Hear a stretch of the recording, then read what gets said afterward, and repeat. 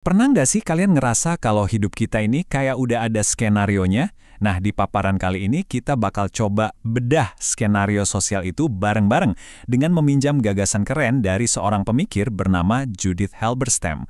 Udah siap? Yuk, kita mulai. Oke, coba deh pikirin. Lulus sekolah, dapat kerjaan tetap, nikah, beli rumah. Familiar banget kan sama urutan ini? Para sosiolog punya istilah buat ini, namanya jam sosial. Semacam jadwal nggak tertulis tentang kapan kita seharusnya mencapai titik-titik tertentu dalam hidup. Dan ini sering banget jadi patokan sukses ya kan? Jalurnya lurus, jelas, dan gampang banget ditebak. Tapi, gimana kalau hidup kita nggak ngikutin jadwal itu? Apa yang terjadi kalau seseorang milih jalan yang beda atau mungkin emang nggak punya pilihan lain? Nah, disinilah sebuah konsep yang disebut waktu queer masuk dan bisa mengubah cara kita memandang semuanya. Jadi Halberstam memperkenalkan konsep waktu queer. Dan penting banget nih buat dicatat.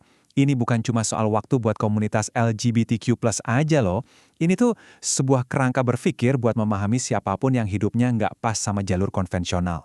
Entah itu seniman yang memilih nggak menikah, orang yang mutusin nggak punya anak, atau ya siapapun yang rasa terlambat menurut standar sosial. Intinya adalah menghargai hidup sebagaimana adanya, bukan cuma ngejar checklist dari masyarakat. Biar lebih kebayang, kita coba bandingin langsung ya. Waktu yang normal itu kan linear, lurus ke depan, selalu mikirin masa depan. Nabung buat pensiun, membesarkan anak buat nerusin generasi. Sebaliknya, waktu queer itu lebih menghargai momen sekarang. Fokusnya itu bukan berapa lama kita hidup, tapi sedalam apa kita menjalaninya. Dan juga soal komunitas yang kita bangun di sepanjang jalan yang nggak harus selalu berdasarkan ikatan darah. Nah, logikanya gini. Kalau orang-orang punya jadwal hidup yang beda, otomatis kan mereka butuh dan bakal ngebentuk jenis ruang yang beda juga dong. Yuk kita lihat gimana bentuknya. Ruang queer ini jangan bayangin cuma tempat fisik doang ya. Coba deh pikirin sebuah kafe kecil, komunitas online, atau mungkin sebuah festival musik di mana aturan-aturan mainstream itu kayaknya nggak berlaku.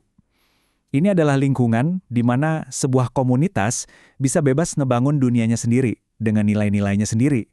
Sebuah ruang untuk jadi diri sendiri tanpa takut dihakimi oleh norma. Ide ini ternyata punya akar sejarah yang dalam loh. Coba kita mundur sedikit ke awal tahun 90-an. Ada seorang akademisi dan seniman trans namanya Sandy Stone yang menulis sebuah manifesto yang mengubah banyak hal. Dia berpendapat bahwa selama ini cerita tentang orang trans itu selalu ditulis oleh orang luar, dokter, psikiater. Jadi Stone menyerukan agar orang trans merebut kembali narasi mereka. Dengan menceritakan kisah mereka sendiri, mereka secara aktif menciptakan ruang budaya untuk diri mereka sendiri. Nah, ini dia contoh konkretnya. Seniman seperti Della Grace Volcano melakukan persis apa yang diserukan oleh Stone. Foto-foto mereka itu bukan cuma sekedar gambar, ini adalah sebuah tindakan untuk menciptakan ruang. Dengan mendokumentasikan tubuh dan komunitas yang sering kali diabaikan atau nggak kelihatan, mereka membangun sebuah arsip visual yang seolah-olah bilang dengan tegas, "Hey, kami ada di sini, dan beginilah cara kami melihat diri kami sendiri."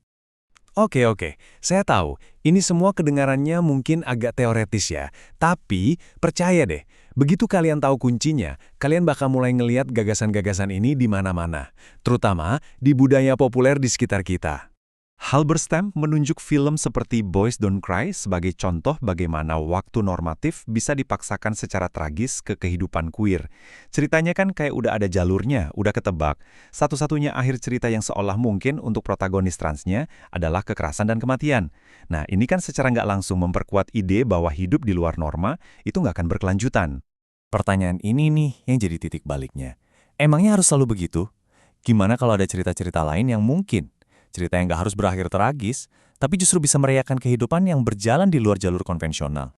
Dan ini nih yang seru. Percaya atau enggak, Halberstam berpendapat bahwa salah satu contoh terbaik dari waktu dan ruang queer di budaya pop itu datangnya dari film Pixar.